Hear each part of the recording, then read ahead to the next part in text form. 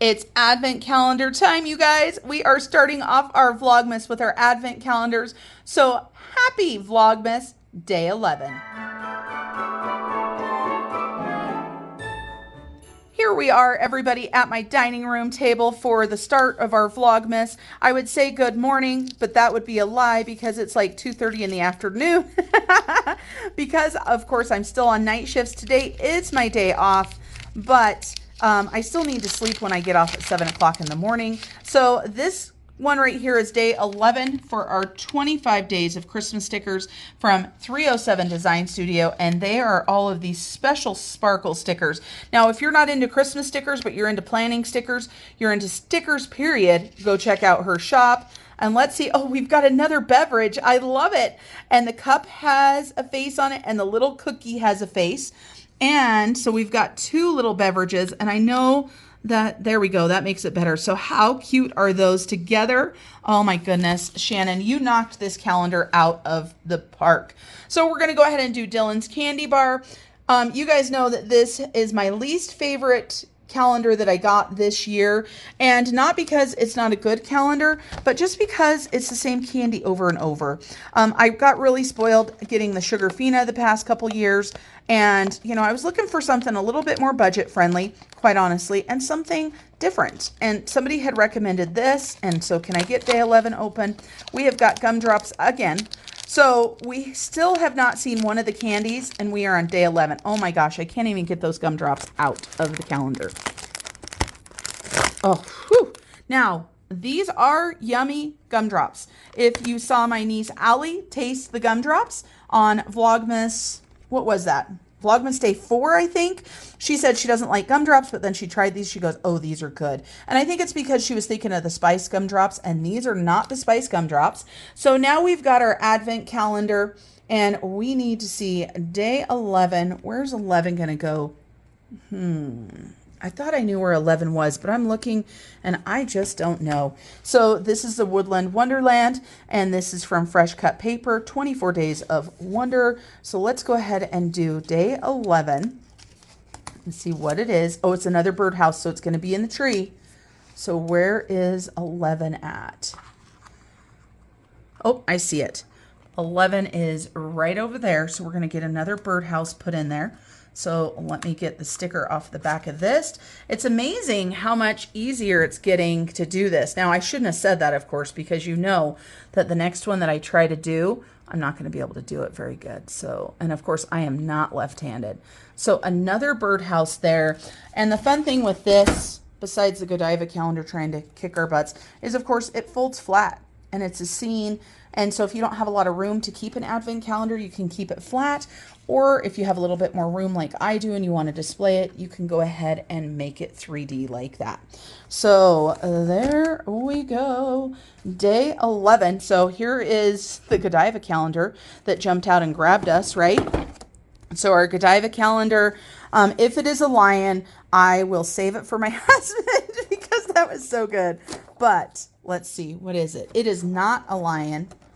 So you'd think I would remember what these are by now, but I do not.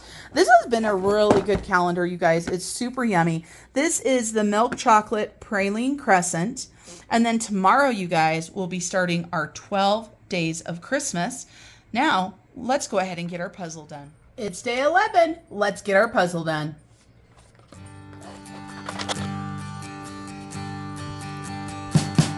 We wish you a Merry Christmas. We wish you a Merry Christmas. We wish you a Merry Christmas and a Happy New Year. The tidings we bring to you and your kin. We wish you a Merry Christmas and a Happy New Year. Now bring us some figgy pudding. Now bring us some figgy pudding. Now bring us some figgy pudding and bring it out here. The tidings we bring to you and your kin. We wish you a Merry Christmas and a Happy New Year. For we all like figgy pudding. For we all like figgy pudding. For we all like figgy pudding. So bring it out here. The tidings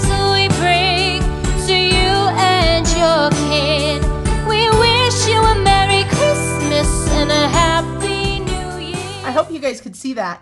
I didn't know if you guys were on camera or not. There we go. Day 11 of our puzzle, all done.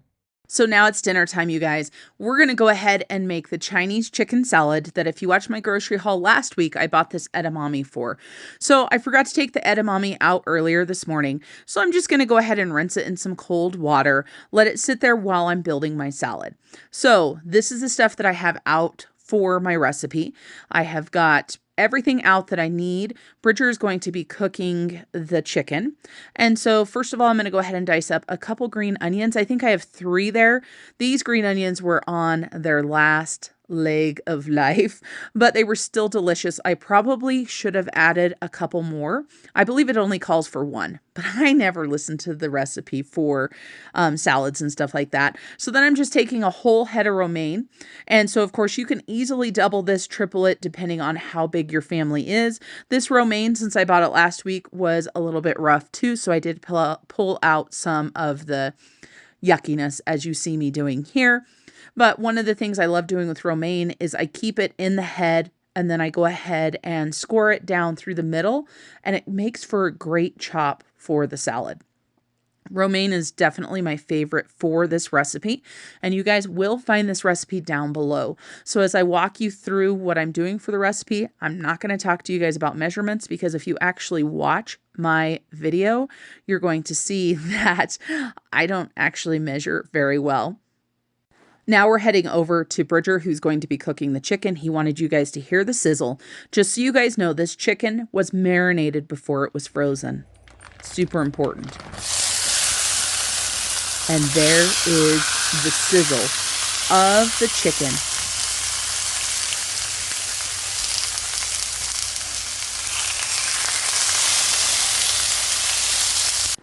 Then it's back to chopping. So like I told you guys, measurements, I don't measure. So red cabbage, I love red cabbage. And so for this, I usually just do exactly what you see me do here. I cut off a section, probably, I'm guessing maybe 1/4 of the red cabbage or so. Then I go ahead and slice it up and get it to where it's not completely fine. I do like big chunks of cabbage in this recipe, but of course, if that's not something that you like, then go ahead and do that however you want to. And so this is how I make the recipe every single time. I chop some up, I mix it together, I see how much cabbage versus lettuce there is. And I kind of look and I went, that doesn't look like enough cabbage to me. Let's go ahead and chop a little bit more. And I'm going to have to figure out what else I want to do with the rest of this red cabbage. Do you guys know, can you freeze cabbage? I'm sure you can, but maybe I should ask a different way. What's the best way to freeze cabbage? And I would imagine, like a lot of things, once you freeze them, they're not the best for fresh eating. And so now, super easy. I bought some easy carrots to add to my salad. Oh, I love it when I do stuff to make my life easy. There's our edamame. I actually had to rinse that again. So then I just blend all of this together. You guys will see I use my hands a lot when I'm cooking. And look at how beautiful and vibrant this salad is. When you serve this salad, you are going to have to kind of dig to the bottom to make sure you get some of that edamame.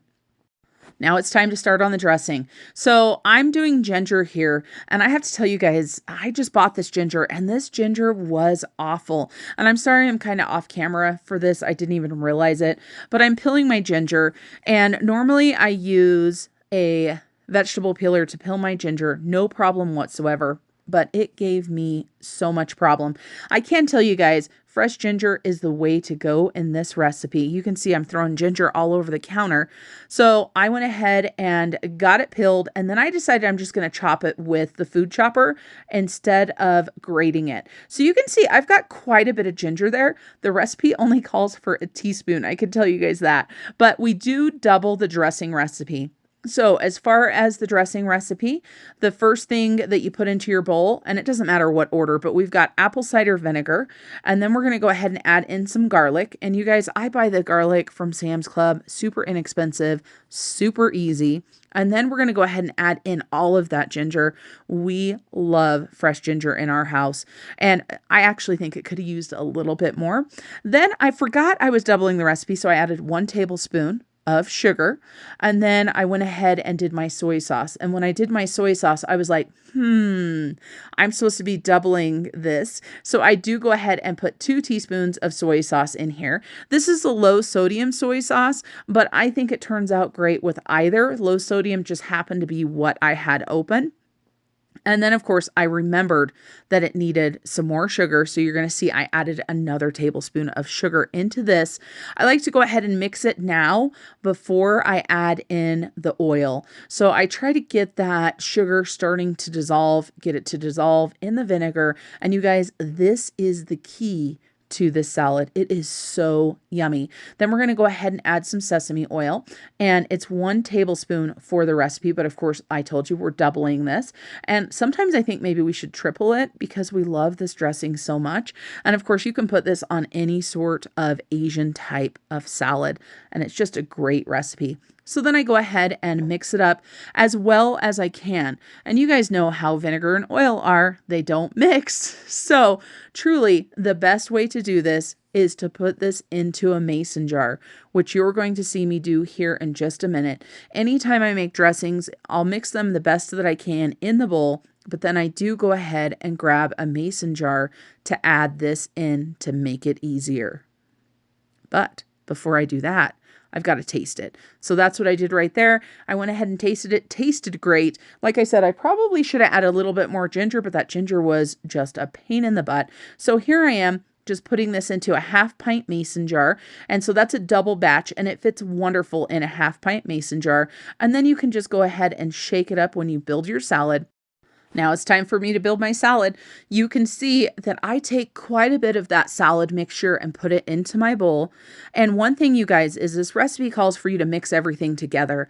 Well, there's no way that Bridger and I can eat this entire salad, so we do our salads separately. We build them individually. Now we're going to go ahead and take some of the chicken and add it on top. And of course, like everything in this recipe, I measure with my heart. So it's like, how much chicken do I want? And then I go ahead and add my chicken. And then you guys, this one calls for sliced almonds. Super yummy, gives it that nice nuttiness, gives it a good crunch to go with that sesame oil. And then we have some hard Chinese noodles. I can't even talk, you guys. Some hard Chinese noodles. And then we go ahead and top it with our dressing. Again, you're going to see that I just pour it on, you guys. I just pour the dressing on. And I'm always thinking, I'm like, oh, did I put too much on? I did it perfect. So here is my salad. Yummy, yummy. That's it for Vlogmas. That's it for Vlogmas Day 11, you guys. Thanks for joining us as we cooked a delicious dinner. And until we see you guys tomorrow, remember to keep on smiling. Bye, everybody.